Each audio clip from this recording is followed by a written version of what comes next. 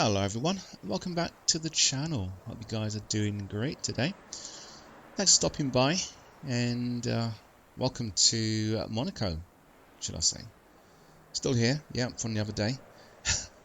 Not sure if you've seen the previous video, but what we did a VR walk around, alright, of this beautiful Airbus H145 by Hype Performance Group. Okay, so we got kind of up close and personal on the VR. Of course, it's still 2D for you, but you do get a kind of like a VR perspective. So do click back on the channel, watch that video. It's just 17 minutes long, and then you can really get really up close and personal, as I said, to the aircraft. All right, so yeah, so still here in Monaco, haven't left. So we got a few yachts just way out yonder there. Actually, it's quite a nice heliport, to be honest with you. And yeah, it's really cool. Monarch Air. Alright, so now what we're going to be doing today, as promised in the last video, we're going to be having a look at the systems here on the H145. Okay, this really cool helicopter by Hype Performance Group. It really has got a lot on it. It's unbelievable what they've put into this aircraft, you know. And it doesn't even stop there. It's just gonna get better and better as it goes on, you know. So, all right. So, without further ado, let's get into the cockpit and let's start our tutorial. Alright, so we just jump up and inside and seated. Okay, cool. Alright, so here we are in the very cool cockpit of the Airbus H145. Alright, so right, just looking behind us, we can see that there's the passenger compartment, and there's a tinted screen here. So if we just click on that, you'll see that it goes up to separate the cockpit from the passenger compartment. So that's really cool, isn't it? And we'll click that again, it goes down. Yeah, really neat. Alright, so the other thing I want to show you actually is this lever. So you can see we've got a red lever here and a red lever there as well. So what do these do? Well, the only way to find out is pull it back, and we're going to do that right now. Look at that. Yep, it's an emergency door jettison lever. So if you're in a spot of bother and you need to escape pretty quickly out of the cockpit, then that's going to be your lifeline, really. Pull this lever back and the door just goes away. You can jump out. Right, so we'll put that back. Cool, and it comes back. Right, okay, so now the other thing I want to look at is this. So as you may know, you've got an iPad right here which you can pull out, put in as well. So just click anywhere around here, and there it folds out towards you. Okay, so right, so now you can see that we've got various icons around here. Okay, I'm not going to go through all of them because this video is going to be fairly long, guys. Sorry about that, but there's quite a lot to get through. So just bear with me. Grab a cup of coffee or a cup of tea, depending what time of the day you're watching this video. And yeah, so just bear with me. So yeah, so we got some icons here. You got game if you want to play a game, little nav map. You can connect there. Okay, been out for quite a long time. And of course, Navigraph. You can link up with that. Just click on the icon, and you know what to do. If you have a subscription with Navigraph, then you just put the code in, and it will link this iPad to your Navigraph account, and you'll get the Navigraph features up on the screen there. And alarms, activity log, and a directional finder, which is just this really. All right, but I've got no use for it. Oh, sorry, that goes away. Let's just bring that back. I keep doing this with this iPad. All right. Now with the iPad, I must say that if you basically, this is the home screen, and if you click this button again, the home button, it's gonna close it. All right, so yeah. And this one here, something you will need is the METAR page. Okay, so you can easily get the METAR of any airport throughout the earth. Okay, and it comes up there. So yeah, that's needed, isn't it? All right, cool. And this is a web page. Okay, so you can put your favorite websites in. Okay, to do that you'll have to just delve into the manual and it will show you how to do that. You can see an aircraft is flying past. Let's have a look. If we scroll out, oops, sorry. I've actually found out, you know, that if you click anywhere around here, the iPad actually folds away. Yeah, so let's try and see. Look at that. Little bit of a glitch there. Okay. Right. Anyway, see, you can actually scroll this. Let's say select your aircraft, show flight plan, follow an aircraft. No. And it goes away again. So, all right, I'm not going to bother with that, but it is a map there, and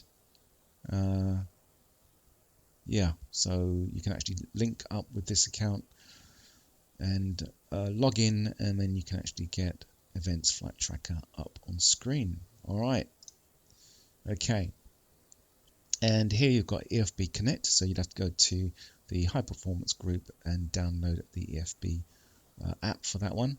That's the action button. I'm going to have a look at that in a minute. And this one here is a map. All right, now this helicopter is full of maps. You know, that's one thing you're not going to be short of is maps. Okay, this one is not movable. This one just tracks your aircraft. Okay, but the interesting thing about this one is that if you have a look at these three dots here, just click on them, and you've got all these options to actually customize your map. Okay, so of course you've got north up and heading up if you want that. Okay, but you can like open a topography map there and have it overlaid. You know, your railway map, so you can see you've got railway just appear just here. Okay, and you can take off the airspace if you want. Okay, and put it back. All right, so it's really cool. And yeah, that's that really. And moving along, so you got here documents. Okay, so we've got my charts, user guide, normal procedures. All right, startup procedures. There's no way to zoom in and zoom out.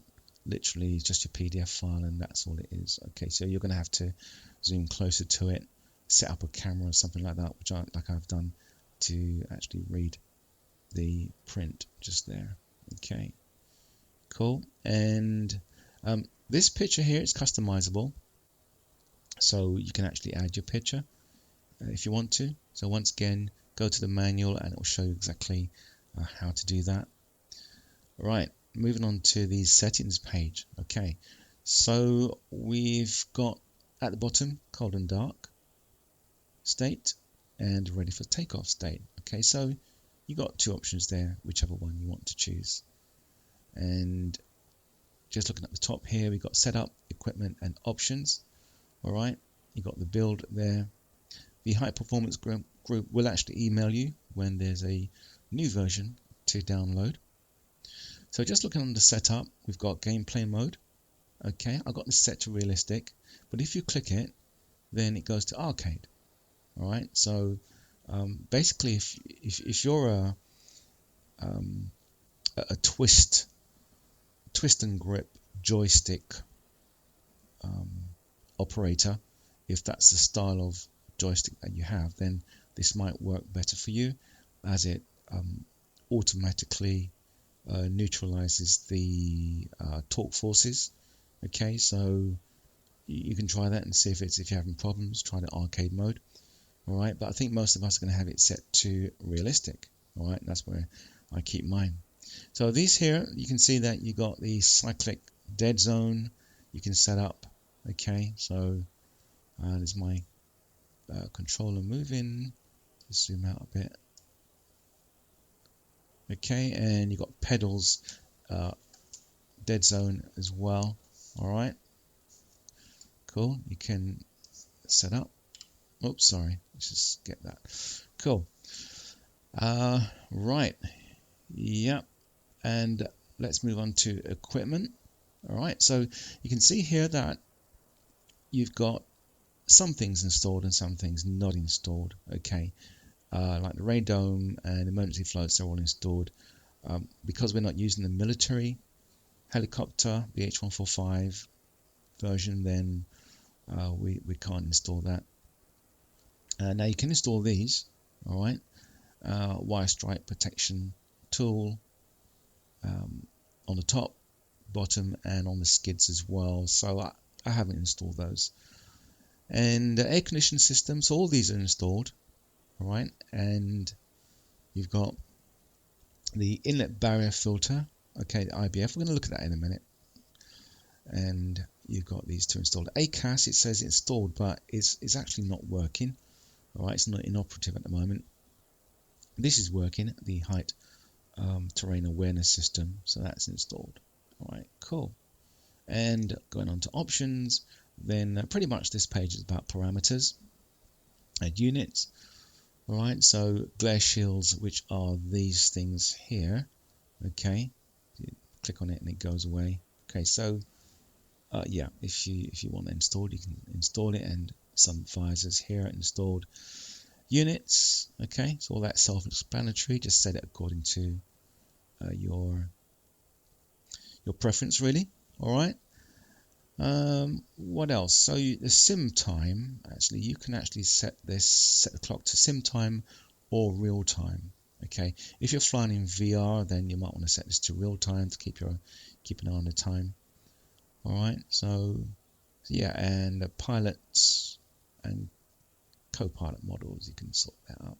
All right. So yeah, so that's that. Now let's go to the action button right here. Okay.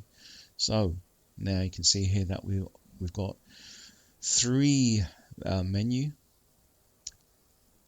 subjects there. So doors, autopilot, and lights. Okay, so the doors, you can see here that we've got doors open. So we got our pilot door open, and if we click on this one, you can see that the co-pilot door opens, and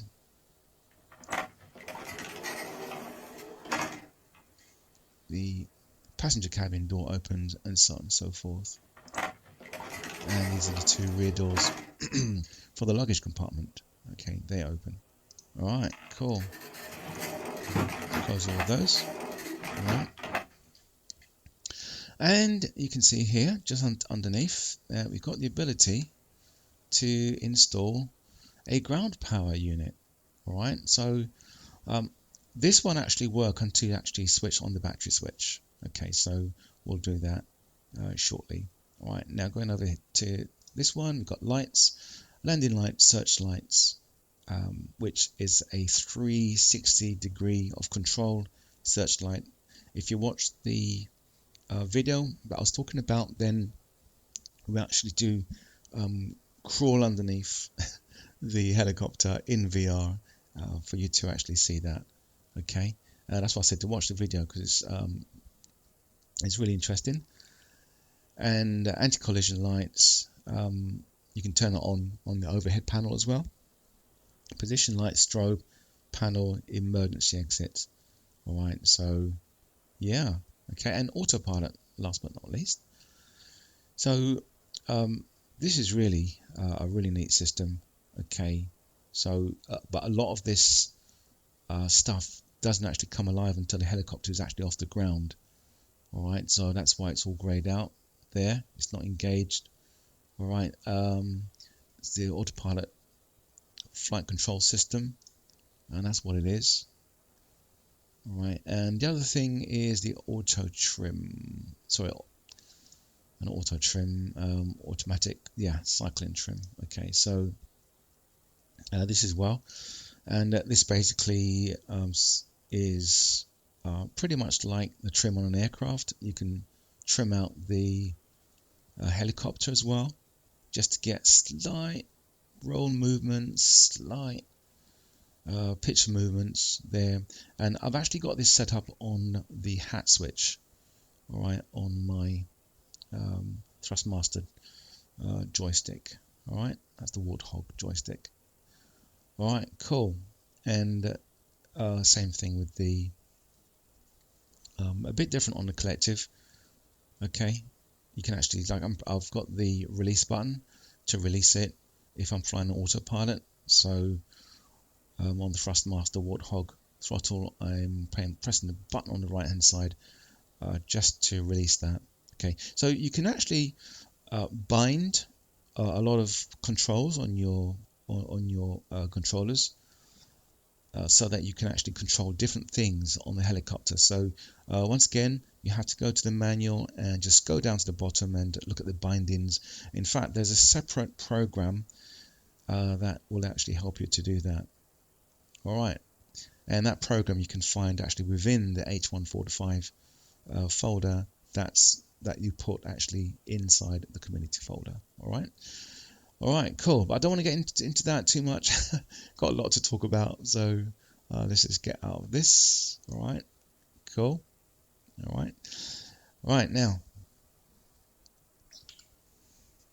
Okay, so here we are. So what I'm going to do right now is turn on the power. Okay, so now just have a look at this power. Okay, just right here. Okay, so you've got the battery master switch. Okay, and if you have a look at it, you've got 3 positions: off, on, and engage. All right, now when you actually switch this on, you must do it, put it right down to engage. Well, I'll show you what will happen when you don't. Okay, so I'm just going to put this down to on. Okay, and we're going to look down here.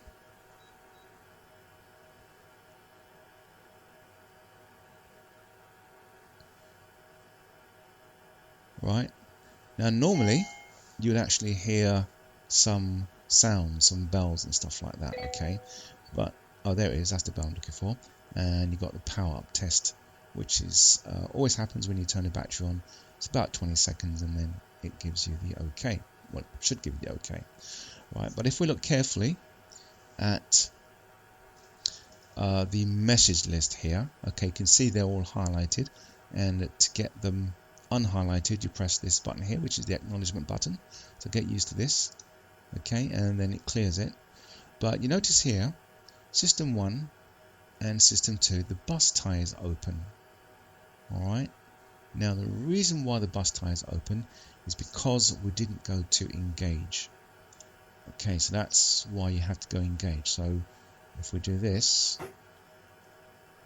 okay, now you can see that the bus ties are actually on now. Okay, and the bus tie switches are here at the back.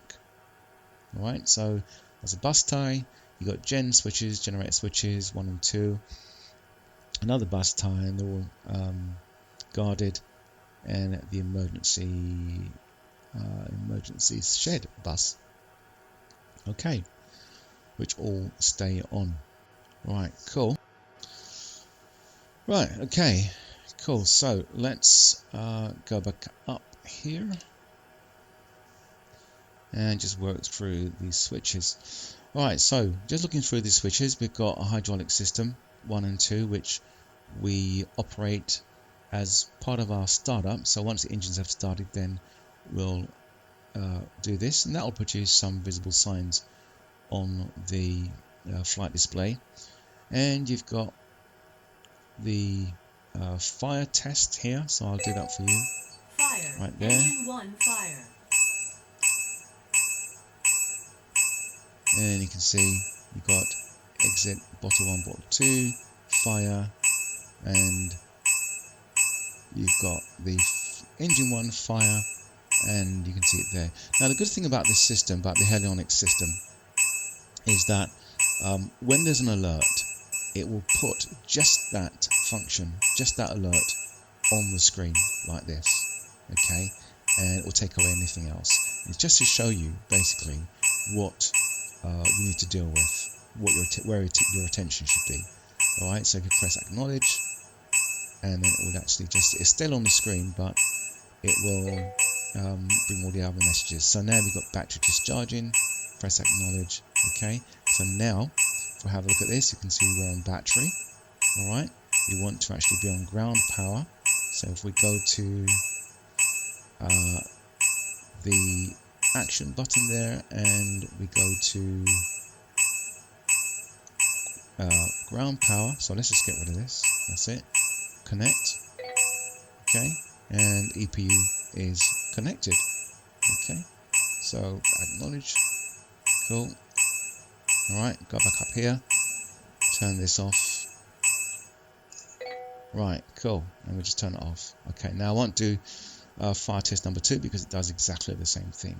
Alright, and this one here is your lamp, so that will turn all the lamps on and give you a quick audio test as well. Oops. Alright, so you can see all the lamps lit all the way down. Alright, cool. And once again, that is part of your startup procedure. Alright, turn that off. Right, what next? So you got this one here, a DC receptacle. Basically, this is for the charging of your iPad. Alright, so pretty much that's always staying off. Standby battery. Okay, we can put that on. And you've got avionics masters 1 and 2. I mean, that should have been turned off.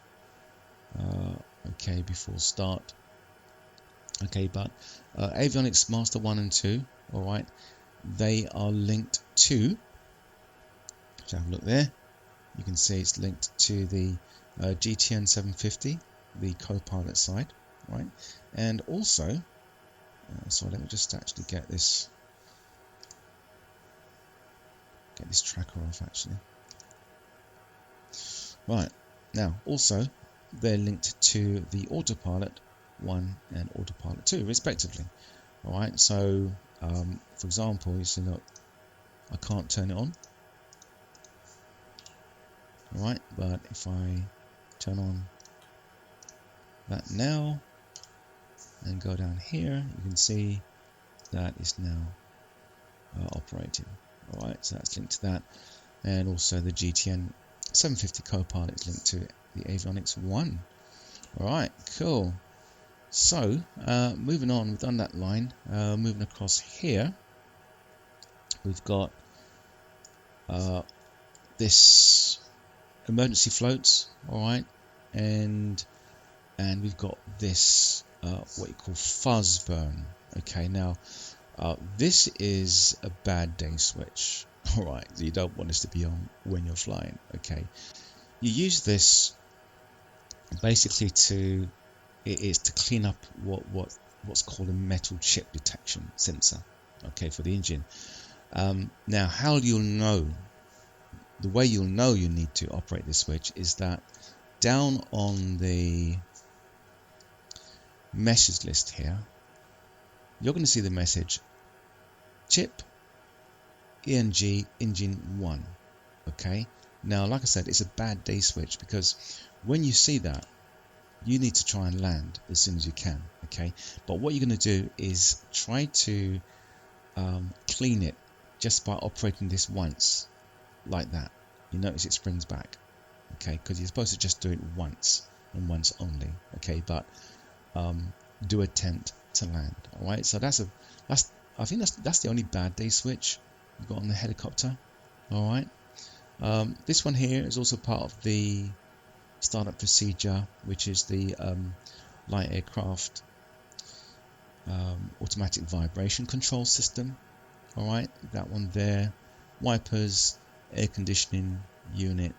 Okay, and you've got co-pilot, pilot, static heating switches. Okay, and they're both on the outside, just there.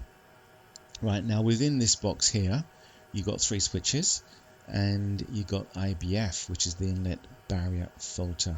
Okay, so this is like, it can be complicated, this system, but just think of it as serving two purposes. Okay, so you got a filter which is on the inlet. Okay, so as the air comes into the engine, maybe actually we can take a look outside.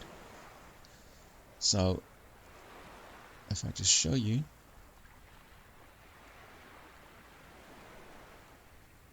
right, so basically the air comes in here, and then you'll have a filter in here. Basically it's a cotton gauze that's soaked with oil, and any foreign debris, sand, grit, anything will actually get caught in that, and basically it stops it from going into the engine and being a corrosive element to the blades, etc, etc. Alright, now if you're familiar with the TBM 930, then you know that that aircraft has also got like an inlet filter or inlet barrier type thing, and it will basically stop foreign debris from entering inside the engine. It's a little switch that's on the dashboard. Okay, if you're not sure about it, do click on the link, and I've actually done a full tutorial there on the TBM 930 some time back. Alright, and basically this switch here, so you got the other side of it is the bypass door. Okay, and you got three positions. If I can try and get maybe a better look. Okay, there we go. So you can see you got three positions on this. You got close, open, and norm. Okay, now it's left in the norm position. Okay, that's where it always been. And when it's in the norm position, basically the bypass door is closed and the system's working automatically. So if the filter gets clogged, okay, it's going to automatically trigger the system, okay, and it's going to open the door automatically. Okay, in the event of what you call an OEI, which is one engine inoperative, then once again it's going to open automatically. Alright, so if it's in the closed position, then it's not going to open automatically. Alright, if it's in the open position, then the system is inactive. Alright, and the bypass door is open, and the engine's not going to be protected from any foreign matter at all. Alright, cool. And do you remember we looked at the clogging? We looked at the clog thing here. So you had, sorry, keep doing this. So if you go here, remember we looked at this equipment. So this here, this actually allows you to adjust the clog factor of the engine. I don't know how much it's going to affect the engine, but if you have a look here, let's move over. So on the center MFD, you've got IBF, alright, inlet barrier filter, and you've got the percentage there of clogging. Alright, so the filter at the moment is clogged to 13%. Alright, we can increase that 18, 20, and so on and so forth. Okay, so I haven't tried it. I don't know if you put it to 100, I don't know how it's going to affect the engine. I haven't tried it yet, but I suppose it's there for a reason. Alright, so alright, now let's go back up here. So basically what this button does, this button will record the last clogging figure, basically. So it says here recall. Okay, so I've tried it, but it doesn't work at the moment, or maybe it's got to be in some sort of configuration to work. So I'm not too sure about that one at the moment. All right, moving on. So we got prime pump and transfer pump. Okay, once again, part of your startup procedure. These have got to be on. Okay, before you start the engine, and it will be turned off once the engines have started. Okay, and transfer pump as well. Okay, so once the engines have started, then you turn these off and then the transfer pumps come on. Right, now so just to explain to you a bit about the pumps while we're here. Okay, so you can see a pictorial view of our fuel tanks. So left supply tank, main tank, and right supply tank. So when you switch the prime pumps on, basically what you're doing, you're sending fuel from the supply tanks respectively to the engines. Okay, so don't forget we've got two engines on the H145, as you can see here from the electronic control panel, engine number 1 and engine number 2. Alright, so part of your startup procedure, prime tank switches on, and once the engine has started, then you switch them off. Right, so what you do switch on is after engine start is the transfer pumps. Okay, so you switch those two switches, and basically what that will do, that will allow the main tank to feed the supply tanks respectively. Okay, so yeah, and that's how it works. So if I just look down here, actually just jumping the gun a bit, so look into this section, weight computation. Okay, so all these actually work. To operate it, you'll have to click this soft key, alright, until the label highlights, and then if you go down to the inner rotary dial, you click on the middle of that, okay, and click again, and it brings you to the total fuel value, and you can actually use either one of these dials to actually increase it or decrease it. So the outer dial will actually decrease quite rapidly, as you can see there, and then you'll get a message up saying fuel reserve. Okay, this helicopter senses everything you do. You can't get away with it. Everything you do, it knows. All right, that's what's so cool about it.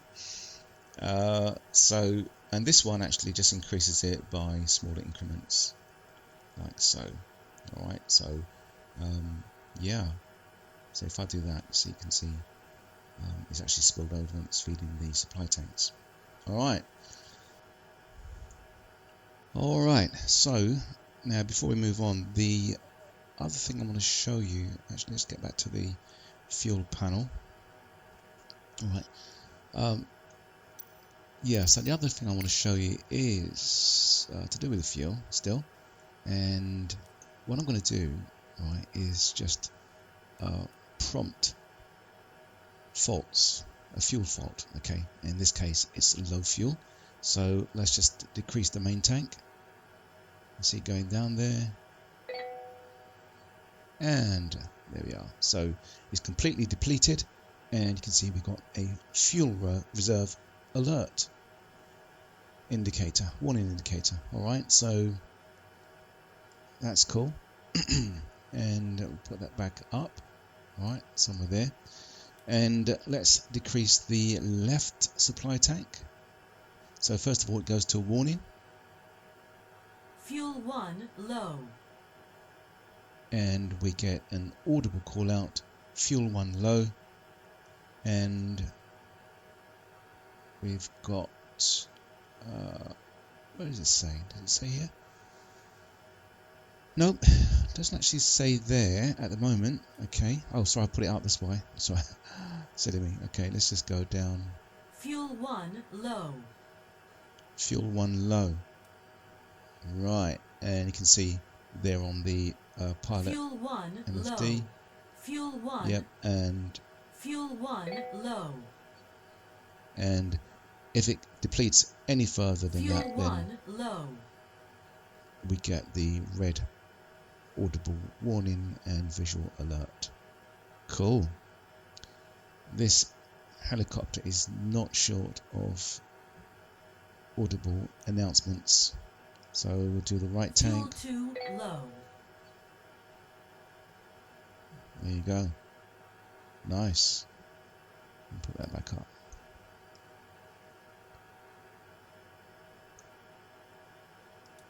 Right, cool. Yeah, so I just wanted to show you that before we move off. These two lines here, the two red lines, okay, will disappear when you switch on the transfer pumps. Okay, so if you're ever flying and you see these two red bars there, basically it's telling you that the transfer pump switches are not switched over. Alright, cool, so nice. Now just going back up to the overhead panel, so we looked at the transfer pumps. Going down here we've got just audio switches there, pretty self-explanatory. Landing lights, strobe, position lights, anti-collision lights, alright, and cargo, passenger, alright, and emergency exit lights. Okay, so that will stay on armed. And then you've got overhead panel lighting, alright. Now actually, do you know what, I can actually show this to you. So let's just turn down the lighting a bit. So we go back to the morning and turn off. Ah, there you go. See, so if I actually switch that on, now I've got the light in there, so you can turn that brighter or darker. Okay, it's pretty cool, isn't it? It's really nice. Look at that, really cool. Okay, and then we've got the map reading light. Alright, so yeah, okay, so we'll turn that off and we'll put the time back. I think it was about 1 o'clock, wasn't it? Let's go 1 o'clock. Okay, cool. Back to 1 o'clock.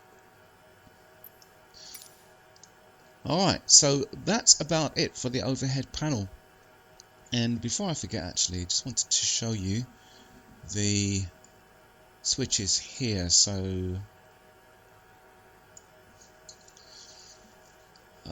okay, so you got the bus tie switches as I mentioned before. Now they're guarded, all right, but if we remove the guard, you can see that there's 3 positions: off, norm, and reset. Okay, so the same principle applies with the bus tie switches as it does with the battery master switch. So that when you switch it on, if you have to switch it on, then make sure you go to this spring loaded position reset, like so, and you can see it springs back. Okay, this is so that basically it clears the system electronically, and then actually refreshes it and goes back to normal. Okay, so you've got about four spring loaded switches on the aircraft overhead panel. Alright, so yeah, cool. Right, so that's it. Let's go back down here, and now we can just have a look at our panels properly, really.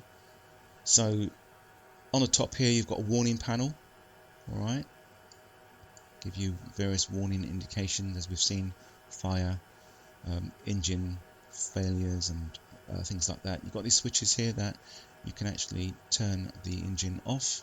Okay, and put that down again. Alright, and as we've seen, we've already been introduced to the MFDs, co-pilot MFD, standby instrument, and center MFD, and also pilot MFD as well. Alright, and electronic control unit there, as we've seen. Okay, you've got this is basically what you use to start the engine. 3 positions. Alright, so have a look at that. From off to idle to flight, and same over here. And then you've got like a latch there. When it's in flight, make sure you latch it so you don't accidentally turn it off, which will turn the engine off basically. And yeah, okay, and FADEC emergency operation there. Okay, more about those in the manual. Yeah, D10s, 750s, as we've said. And just here, if I move over a bit so we can reduce the sun's glare, got the co-pilot panel, alright, and we've got the AFCS, which is the autopilot flight control system. Very neat system, really. And we're not going to see much of it because we're not flying today, but when we actually do the startup and flight, then I'll switch this on and we can see exactly what it does. Alright, now these 3 panels here, okay, let's just go back here. Okay, so these 3 panels, 1, 2 and 3, pretty much inoperative. Alright, so we'll look forward to seeing further development there, even though the switches do actually turn and clickable, but nothing really happens. You can see it says inoperative there. Alright, now this does work, your weather radar. So yeah, we'll have a look at that, and you can actually turn it off and on. Now we'll look at that in a minute. And just moving down here, oops. Okay, so we've got a TFM 138B panel. Okay, not much information about this, if at all, in the manual. Okay, so yeah, you can see we flick the buttons and nothing works. Okay, well, it does work, but it just gives you some frequencies there. All right, and I've got ground power unit. All right, if this is off, you're still powered up. So yeah, push for defog. Okay, so that's like a de-icer, demist your screens, and yeah, push for air, and so on and so forth. And just here we've got data transfer device. Okay, don't try and put your USB in it. Yeah, USB micro card or whatever, it's here. So okay, so that's about it really. All right, cool. Okay, so taking a closer look at our flight displays here. So you can see we've got 3 MFDs, co-pilot, center MFD, and pilot MFD. And right, first thing actually, I want to turn these the brightness down a little bit. Too bright for me at the moment, so let's just turn this down a little bit. That one there. We only turned down part way, so yeah, just to take that glare off. Okay, cool. Right, so we've already been partially introduced to these guys here, and what you see here is the FND page, flight and navigational display page, and this is the VMS page, vehicle management system. Okay, so you can see this button here. We can click the soft key and it will transfer that to that page. All right, and that's the FND page, same like we got over here.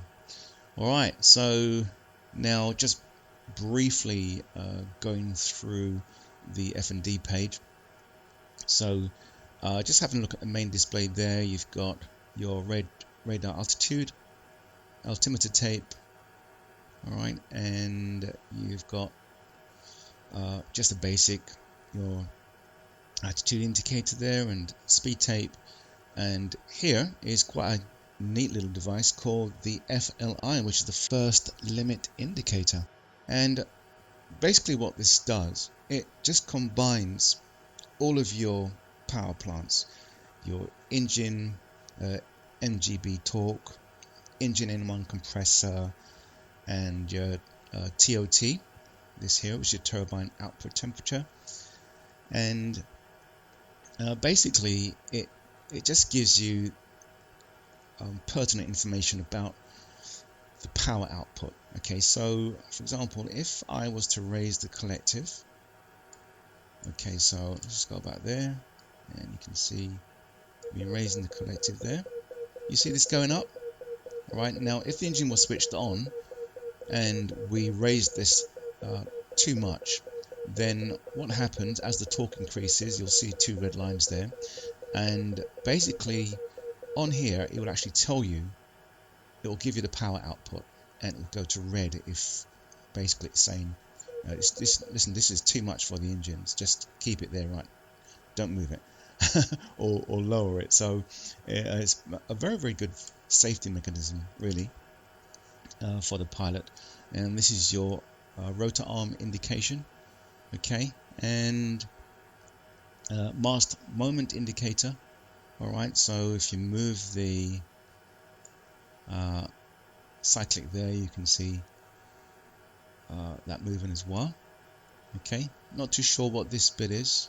Alright, but in the next video, perhaps when the aircraft is operating, we'll see that moving. So you've got the HSI here, and you've got another fuel diagram here. Alright, and we've got outside temperature, and obviously you're acquainted with the message list. And yeah, okay, and so we're going to have a look at the FMS display and navigational functionality there. Alright, so let's just go back here. So now, just starting from up here, we've got the clock. So if we click on this, right, and by the way, you've got all these like Y buttons here. They're all soft keys. Okay, and any soft key that has a label attached, then there's a function behind the soft key. Alright, so we'll click on that, and it brings up the clock, and you can see the chrono there.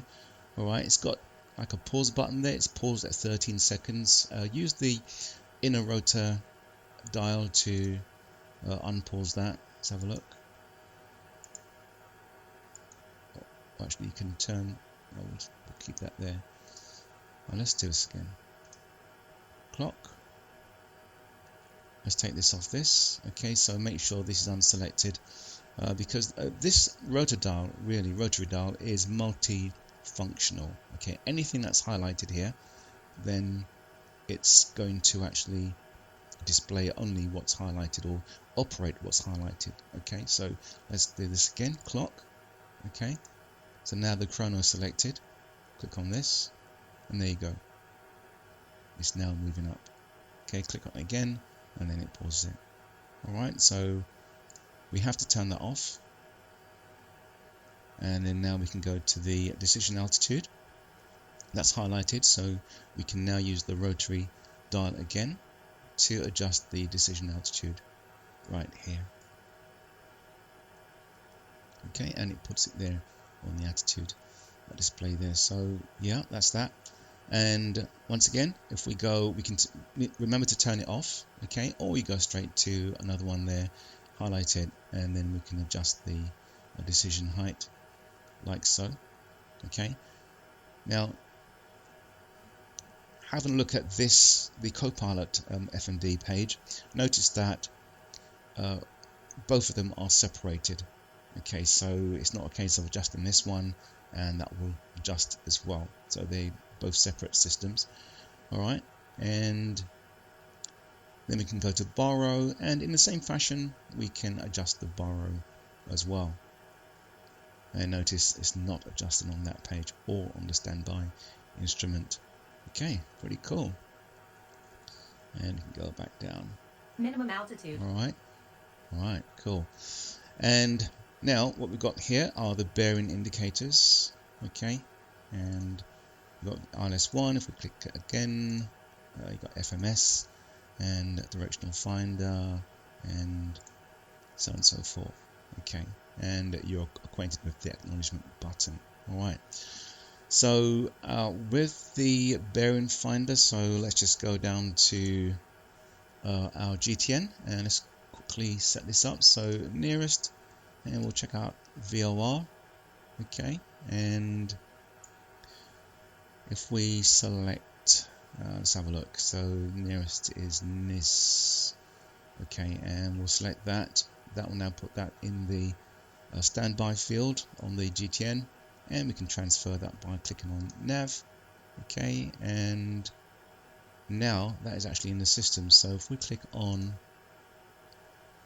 is it 11240, that's 1. Okay, it's not there.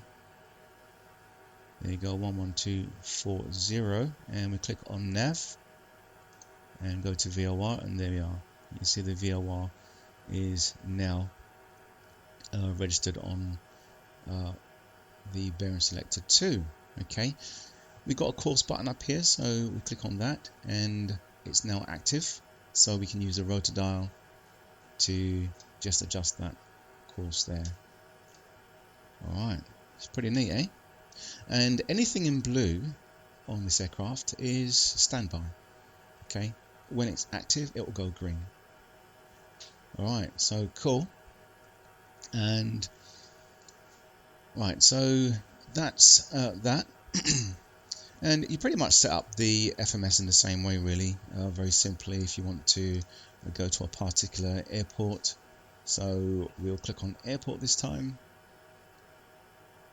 Alright, and we'll click on this one here, Nice, and we can click on go direct and activate.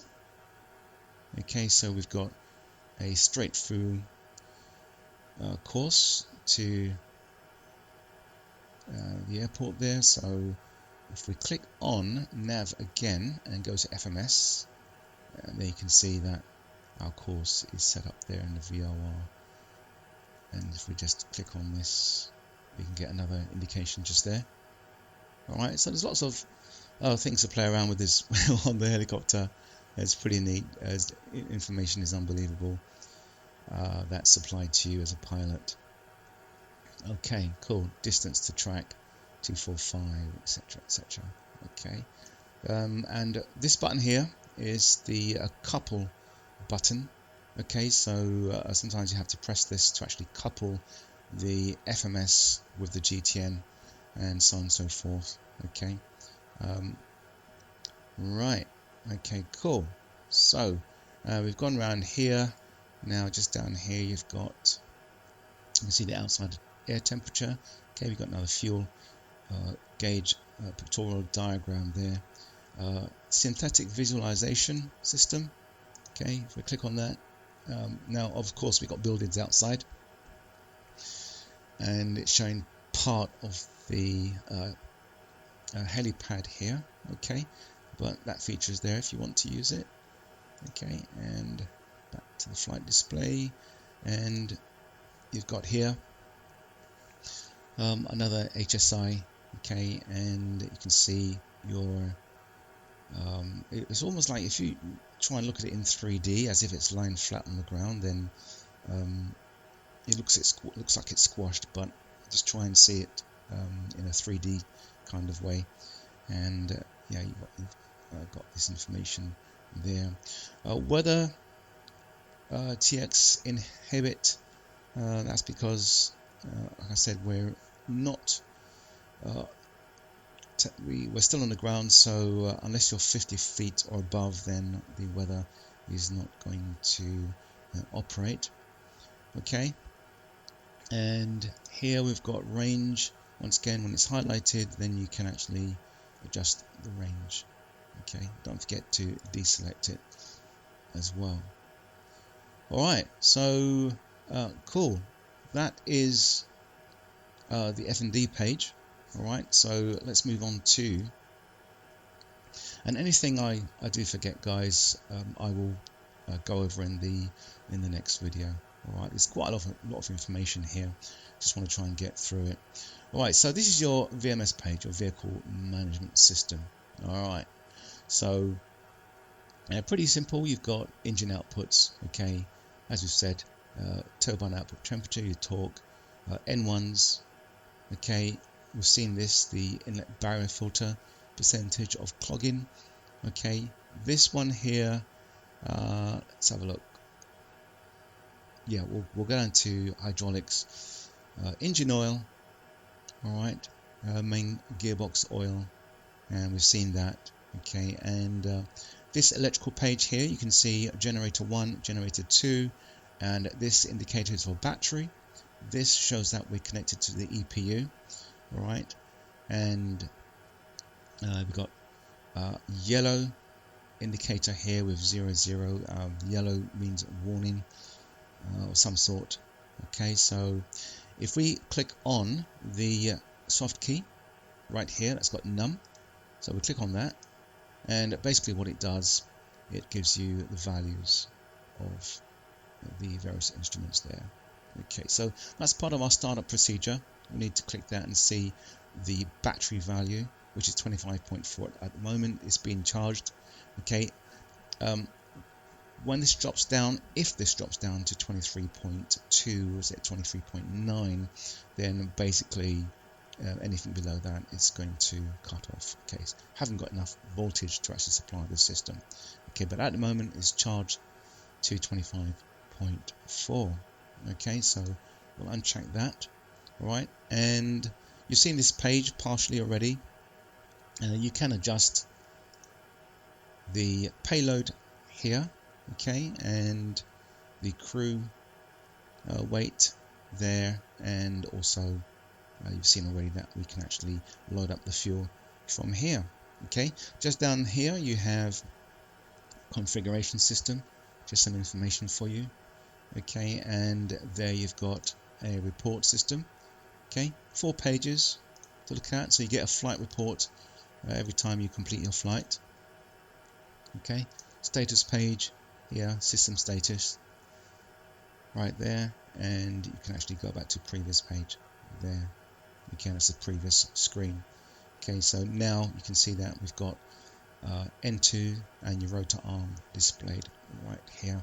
Weight and performance, okay, readout right there as well. There we can go back to data, and we can get time zone and so on and so forth.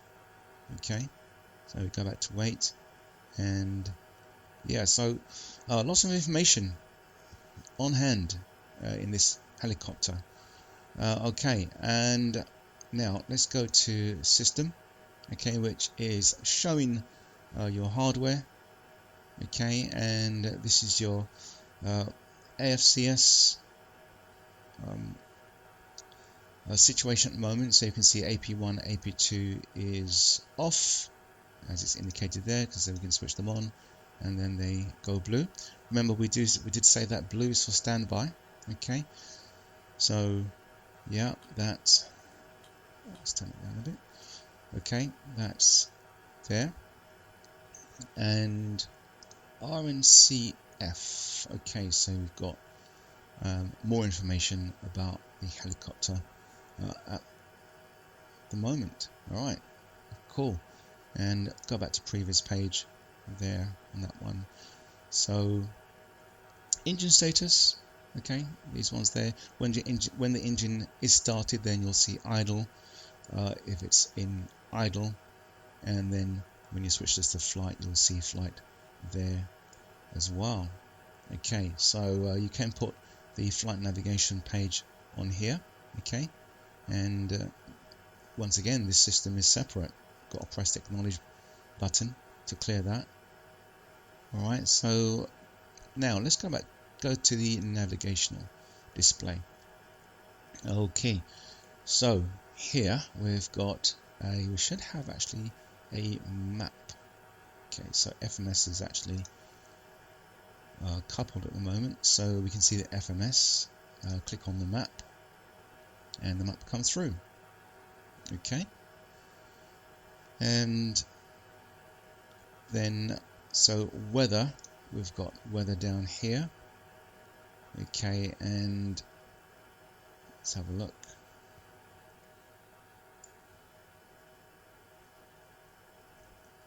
If we put it on test, you got weather test there. Alright, so we'll just turn that off as it's not going to be operating anyway. Alright, so now you can see FMS information. Alright, if you had a VOR tuned, then it would give you that information to the VOR or whatever navigational beacon is actually programmed or selected in the system. Alright, so you've got the range here, which you can zoom out, sorry. Okay, and you can zoom in as well. Okay, this button here is off route. Okay, so basically if any airports that are not directly on your route, then if you click this, okay, it will actually show you, or it will take off and put on the additional airports that are not on your route. So pretty much just a way to declog the screen. Okay, you've got VOR2 there and FMS displayed on your screen there. You can change the display there to from rows to arc if you so wish. Okay, notice there that the weather is has now got failed because we switched it off. Okay, ACAS doesn't work at the moment. Alright, this button here is your height terrain awareness system. Let's go to nav. There you are, you've got VRI information. Map. Okay, click that again. You've got a different kind of map displaying there. Okay, and let's have a look. Let's zoom out.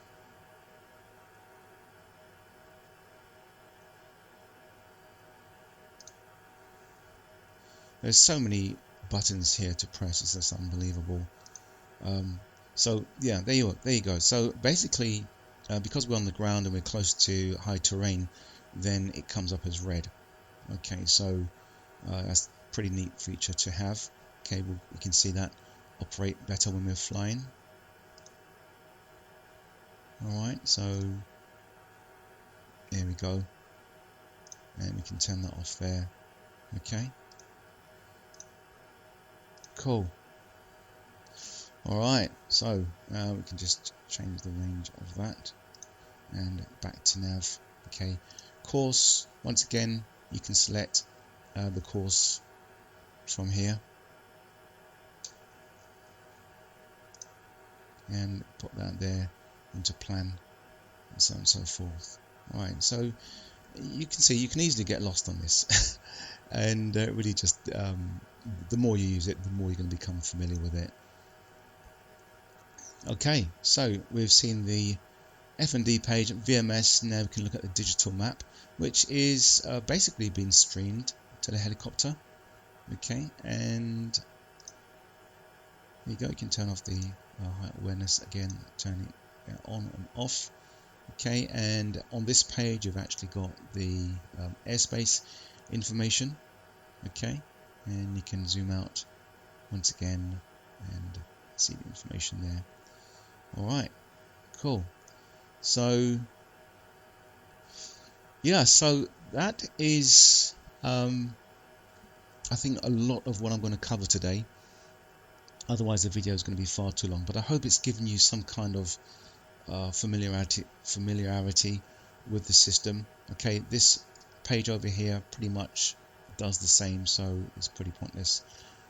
Pretty much pointless going over here. Okay, just here you've got FM2, FM1. You can basically turn it off from here. Okay, and you've got DME1 hold, DME2 hold right there. Okay, so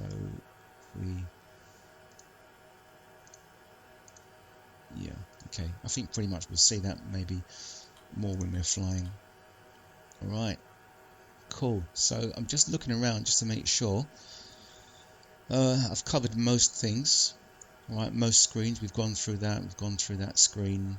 Maps, layer, that's another button I haven't looked at yet. It just basically puts an overlay on top of the airspace and can take it off again. Okay, cool. Right guys, that's it. So I'm going to wrap the video up now.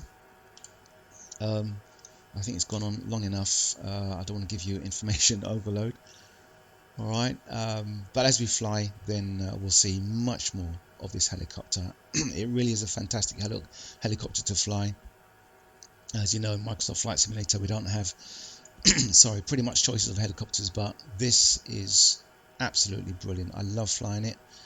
And there is a mention of Airland FS profile in the manual. We're going to have a look at that when we do the next video. Okay, and I'll explain a little bit more about that and my views on the Airland FS profile.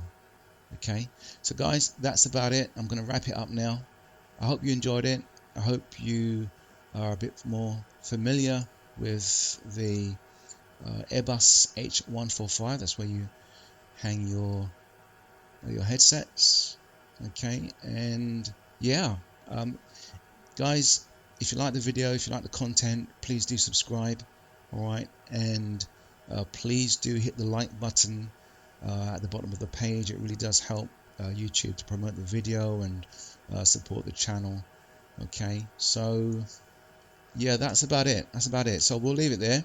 Alright guys, and thanks very much for watching, and I'll see you all again in the next video real soon. Take care guys, have a great day. Bye now.